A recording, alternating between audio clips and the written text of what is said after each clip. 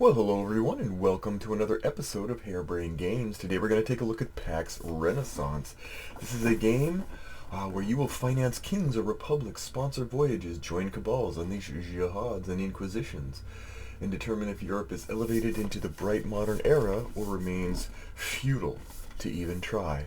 This is a 1 to 4 player game from the makers of Dolly Madison Cream Cakes and Pies, or possibly from people who make other PAX games like PAX Pamir, PAX Porfiriana, PAX Viking, etc. So let's see if it packs a punch. Okay, let's take a look at what comes in PAX Renaissance. I have a game in progress right now, a 2 player game in progress, in fact. And as you can see, there's a variety of different pieces and components all around. As for the board itself, because this is the fancier edition than what was previously published, you have this nice board, albeit a little bit easy to warp, unfortunately, but we'll get into that later. You've got the map of Europe and all the constituent pieces. You've got the victory conditions. You've got kings, and they will be one in each of the 10 regions you're going to contend over.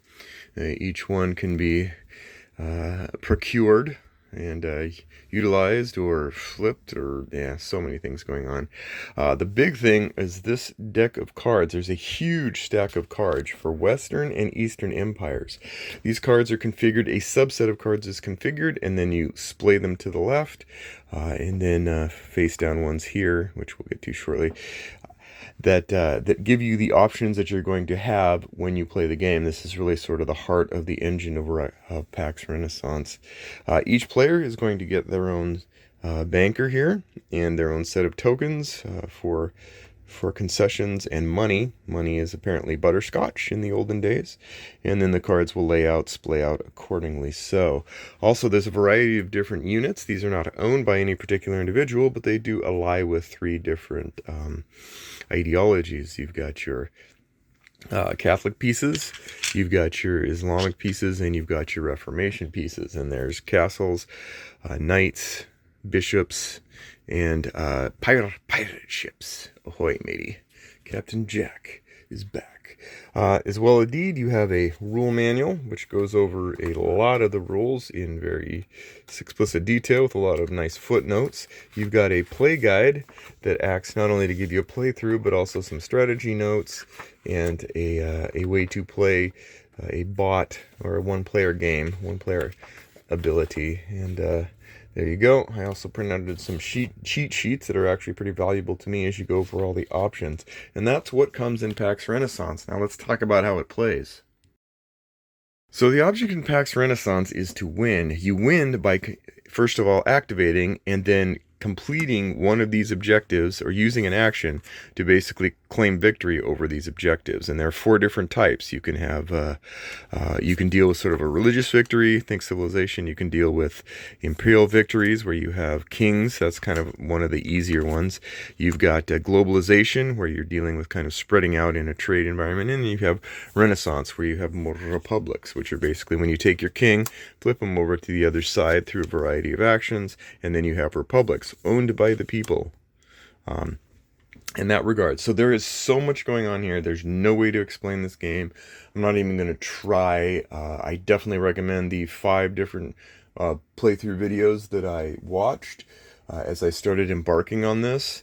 The purpose of this video is mostly just to kind of give you an overview of what you're about to expect and if it's interesting enough for you to look into any further. And so in that regard, this is not a playthrough. This is just an example of play. The actual things you do on your turn are, and this is, I'm just going to go straight into this game in progress. Now, when you start off, you don't have any cards in your tableau. None at all. You start with 3 and 4 coins accordingly, and you start with 1 spot on the map. You can see here that Jacques has done pretty well for himself in establishing influence in various regions. This map is interesting, and it's important to go over it a little bit more detail.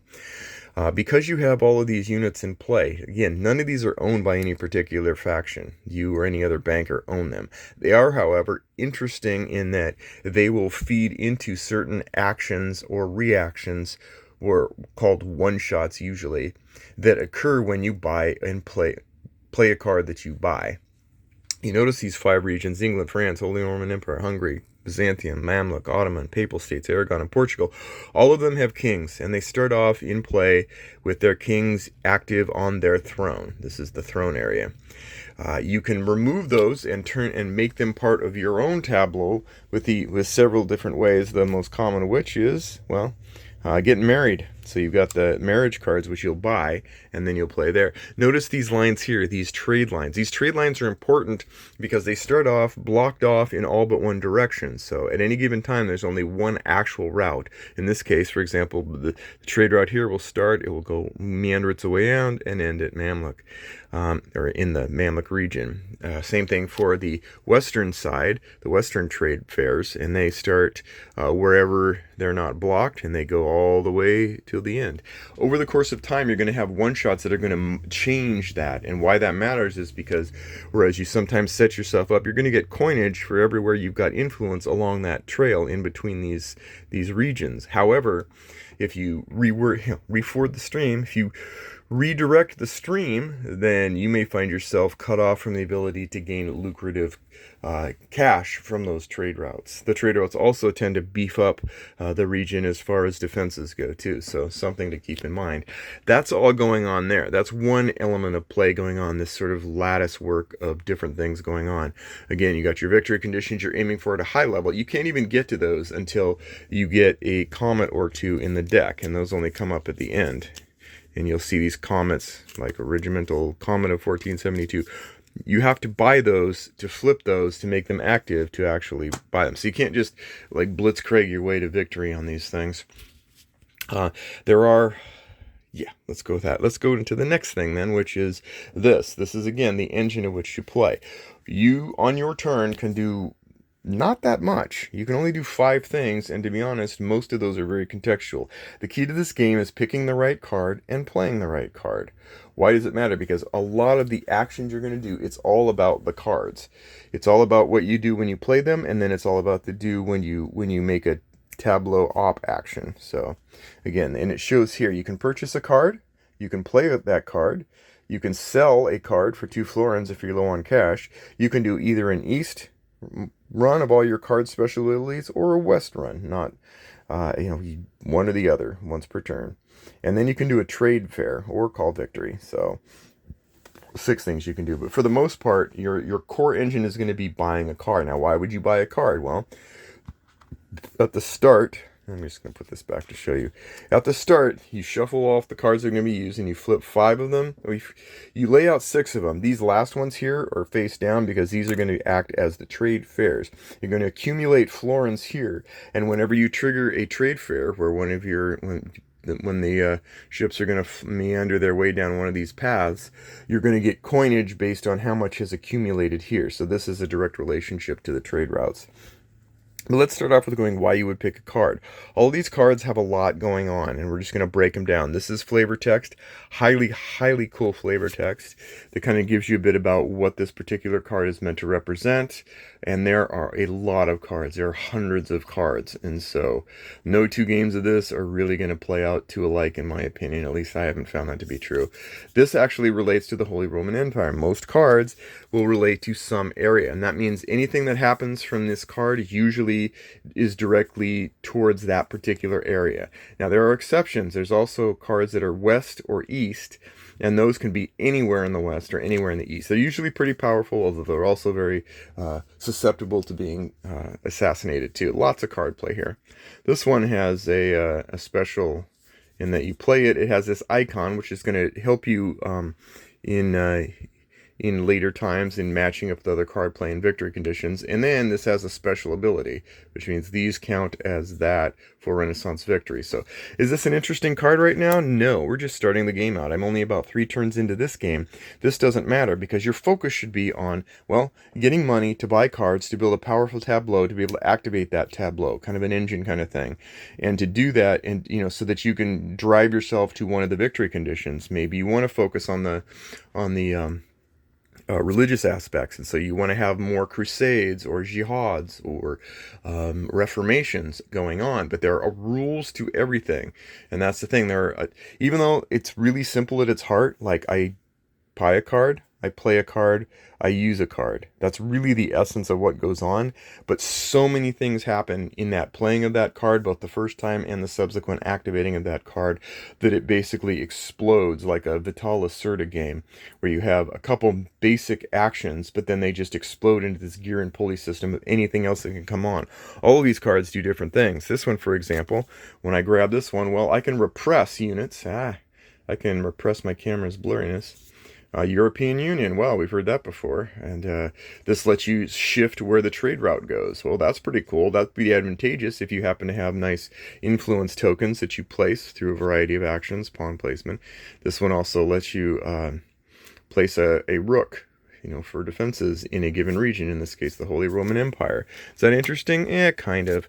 This one's even cool. This is the Papal States. And in this one, when you play this card, these down here are the one-shots. That means one time for playing this card, this can happen. You can actually place 2 bishops, and these are offensive weaponry, into the Papal States, and then run a conspiracy. Well, what's a conspiracy? Let's talk. Conspiracy, in the case of all of these one-shots, you've got all of these are the actions, and then the one-shots literally basically say what you can do. You can shift the trade. Coronation, that's when you can marry somebody. That's pretty cool.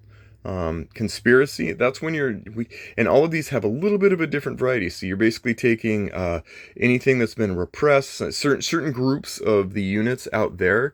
If you can add them up and you have more of a certain grouping of attackers than defenders, well, then you basically take casualties and then you change the regime, and that usually means you get to take over.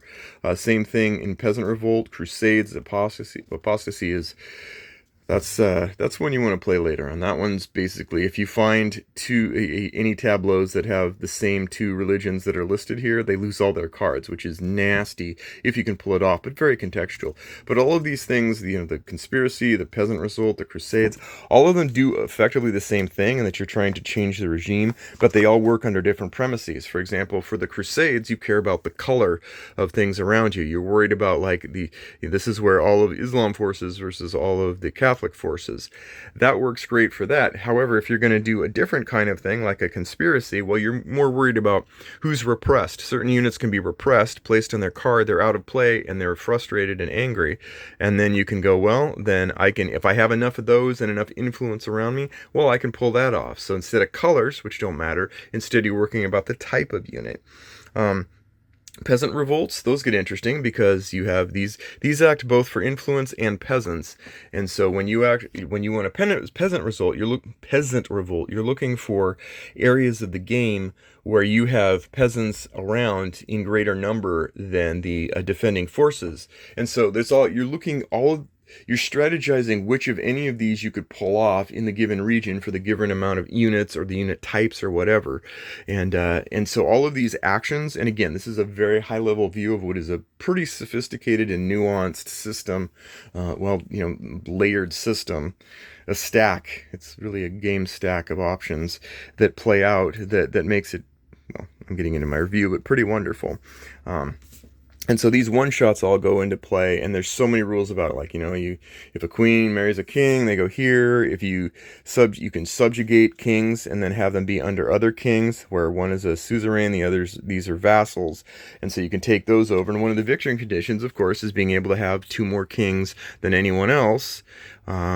And that, again, so there's a king. So once I get to that point, I would right now be in good line to be able to win. The other thing is when you run these cards, so you've done the one-shots, you play the card and magical things happen. But when you're done and when they're out there in their tableau and you want to actually activate them, the more cards you have on the left or right, the more you can activate all of them one time. So for example, if I was to take this card and I was to play it, well, maybe I'll do the conspiracy, maybe not. Those are optional. But here, if I run through it, this gives me 2 florins. In this game, money's tight. 2 florins is an exceptional amount of beefiness to go take on. 2 sieges means that in the Papal States you could literally just take out units. That's pretty cool. That's like assassination with big lumbering equipment. Voting is another thing where you can actually use your efforts around here. That's another way to swing the system in your favor, and then that causes a regime change. So there's lots and lots of ways to do things. Taxing gives you money, but also beefs up beefs up an area with defending with units. Beheading, that's the, like, yeah, get rid of another card. There's so many things going on. There's so thematic and contextual to the feel and the vibe of the Renaissance era that you would, the Machiavellian type of approach. Now, all that's said and done, that's effectively the game. You're going to be buying a card, playing a card, doing whatever the one shot allows you to do, and then over time you can activate these and manipulate the board even more. Until you get to the point where you have, for example, one of these that's inexpensive enough. And I didn't go over buying, but let me do that. If I was to buy this, I would have to place a floor on every card before it. And they can accumulate, so like there are rules about that, but generally they accumulate. So then I'd buy this card, and this one says, oh, the Renaissance. Okay, when purchased, discard this card and flip an inactive victory card. Well, I'd want to flip this one. Yeah, see? Good to go. Now anybody can win with that. Got to be careful. Someone else might win before you if you're not careful and you buy that card. Silly, silly, silly. All right, and then we go. And this is China, by the way. This is just where all the excess florins go. But then say we wanted to do a trade route. And I'm going to remove some things here to kind of explain how that goes. Whee! Sorry. Sorry, not sorry. All right, so say, for example, that we're here now. And we want to do a trade route in the east.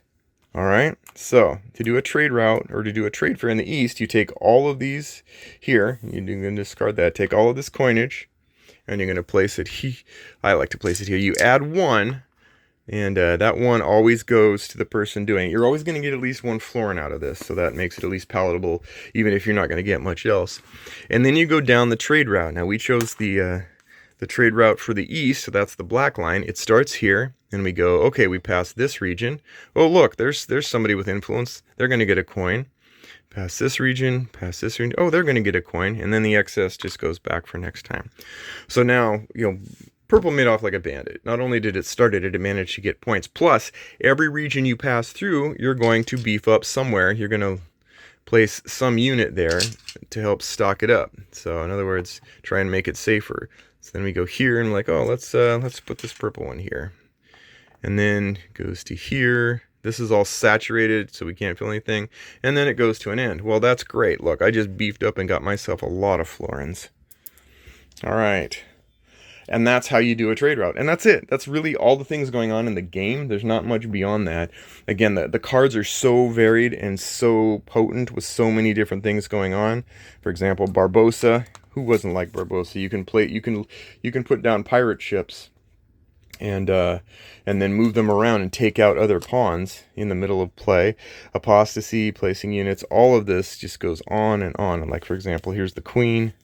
Like, her card is nasty. Like, read her text and you'll be like, this was not a nice lady. Wow. Like, who would want to marry her? But then the special ability makes sense. Discard this card to launch a peasant result. Yeah, you kill hundreds of women. I would hope someone would stand up for that. Anyway, and that's it. That's basically PAX Renaissance. Again, this is not a playthrough. This is a very simple way to describe what is a very, very multifaceted, nuanced game. I guess you're going to guess that I like it already, but let's get into my final thoughts and talk about my feelings on this game anyway. Okay, final thoughts on PAX Renaissance. What do I think? Well, as always, we go over the cons first, then we go over the pros, then we go over my final thoughts. First, with the cons. One of the things to be mindful of with this game is that its depth can betray initial players greatly if matched against people who've played the game a few times. Now, that's not a con to the game. It's more a reality that there is a lot of depth and a lot of mining that goes into the game mentally to try to figure out not just how to play the game and what the rules are, but how everything fits together to create a winning strategy. I played, even after the first 4 games of it that I played, I still felt like I maybe just completed the tutorial because of how much is going on in this game and how much relies on knowing all the things that you could do plus everyone else can do. Again, not a con. It would, other than just to be sort of forewarned. Someone who plays this game frequently will utterly crush a first-time player. I don't see any way around it because it's just that deterministic as far as your choices being consequences for others and yourself. The components, despite most of them being great, there is one problem. That is the game board is terribly warped, and not in a fun way. It didn't take more than a couple games before pulling the board out again, and it would flare up on the sides and others. So I ended up having to put down a glass sheet on it, which is fine. Originally, the game didn't really even come with a board. The first edition was like just lay the cards out. So I do like the board artistically. I just it's just sad that the board, for some reason, my copy just has warping issues more than the norm. I mean, some warping is expected at times. I've just grown to deal with that. But this is pretty acute. So I do think that the Reformation aspect is a little bit subdued, where other strategies and other sort of ideologies seem to have some strength. I think Reformation is one of the elements that I think it's timely. You can use it to good effect, but not sustainably so. But maybe that was the intent. I mean, it's just it's a very small matter. The other thing is the designers of this game have put in tremendous amounts of footnotes. Now that's a good thing, and for me it's a great thing. I will not shy away from the fact that they're unabashed about the research, and not all of it fits into the political correctness mold. There are a lot of places where they go, okay, we learned this about history, we think this applies here, we think we found a parallel or whatever, or they go back and they kind of set a stage for what they think is really the historiography of their research. So be it. Like, I've read, I enjoy it. I think they did a tremendous amount of research, and I'm very appreciative of it, but others are not, and are in fact quite angry about it.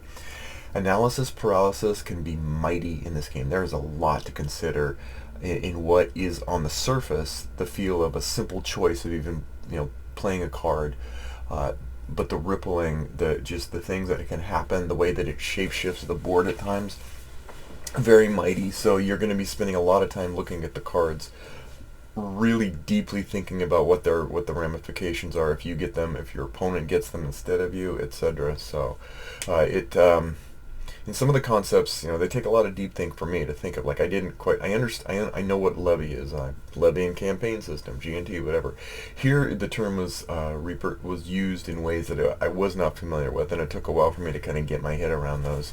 And the fact, some of the pieces, for example, they play a part, but they never really move. You're not bringing armies in. This isn't dudes on a map, kind of thing. All of those are the things that I found were cons, and you can tell that they're very minimal at best. So let's get into my favorite part, which is the pros. There is an immense concentration of sprawling concepts, all fused in this logical, reasonable Katamari Damacy ball of intriguing gameplay. There are so many facets of this game that all jive. Most of it's fueled by the card play, which drives everything, but still, there's so much going on. The rulebook is a top 10 for me. It has everything you need. It has tons of footnotes to explain not just the why, or the how of what you're doing, but the why of what you're doing, which is important for me. I love that they have clear and non-trivial examples and explanations and images, and a glossary of all the terms. Absolutely essential for a game of this type, in my opinion. And additionally, the play guide, the strategy guide, the solo variant, exceptional resource of this game. No complaints there. The game components, other than the warping, are exceptionally high quality too. You have your chess pieces, but they're not chintzy chess pieces. All the chess pieces map logically. Yes, your bishop for the religious stuff, your rooks for the defensive, and your knights for the defensive and offensive. You got your ships for your pirates and stuff. Really cool. The historical touches on each card really, in my opinion, teach more about history in a fun and engaging way than many of the dry history books I would read on the subject. They just do. You see the actions of each card, you see the story behind it, you in your mind can build this is why these attributes and facets and actions and one-shots and such all play a part on this card, and the artwork on each card is really evocative of the time period represented. The card layout itself, I think, is wonderfully redone. I looked at the original and I looked at this, and I think that they did a really good job. And when you have games like Innovation and this one, where you've got cards with multi-use abilities, being able to quickly look into this section of the card and really be able to see a coherency of purpose and mission and map and patterning is really important, and I think this game does it tremendously well. Cards usage is also an important thing. Like how these cards are like, they're glitter bombs that you just go off and just send like game state changes all over the place, because you've got your card, yes, when you buy it, when you play it, when you use your one shot, and then timing the usage, the long-term effects. You've used it, now you place it in your tableau, now you're going to trigger it over time in a variety of ways, or what are the susceptibilities of having that card in your tableau too. Card selection is the heart of the game. All else is just a rippling of these choices, and I love that. The merchant runs, when you're okay, time to do a merchant run, it's great. You have your ability to sort of block and divert the flow, which is genius as the game goes on, and you're like, I'm aiming and posturing and jockeying to get things to go my way in the money train, which is the heart of it. And the beefing up of forces along the route, and just the sensibility of it just really impresses me. Everything in this game has a purpose under heaven. You got your chess pieces, that makes sense in light of what they're trying to do and accomplish. You've got your rules for the kings and the queens and the vassals and the suzerains, all of which match up, how they come, how they go, when the king and the queen die, who dies with, or whether they just get jettisoned out. The big one-shot actions make sense.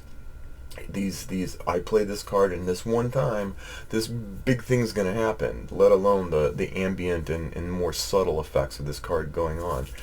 Religious war, color matters. That's great. Peasant revolts, certain pieces matter, the concessions matter, and where they are matters. And so everything kind of goes like the same concept of like a battle basically brings in different forces based on what type of thing is of action it really is, which leaves you thinking like, okay, well, color doesn't matter until it does, but then pieces matter, which pieces matter, how they move matters.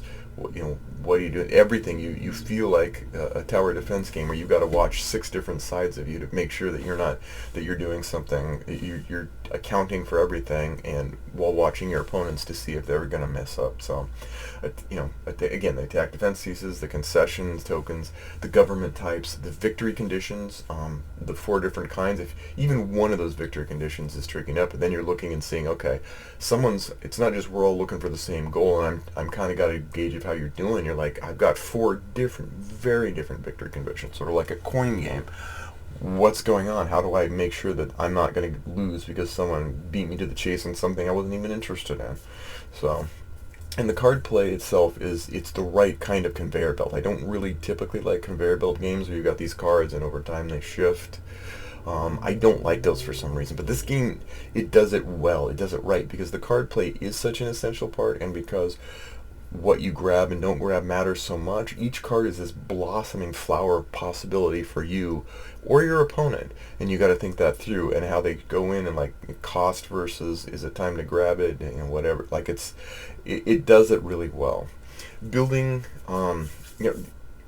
you're honestly building the ultimate run-on sentence with these cards when you add them to your tableau. You're building these runs of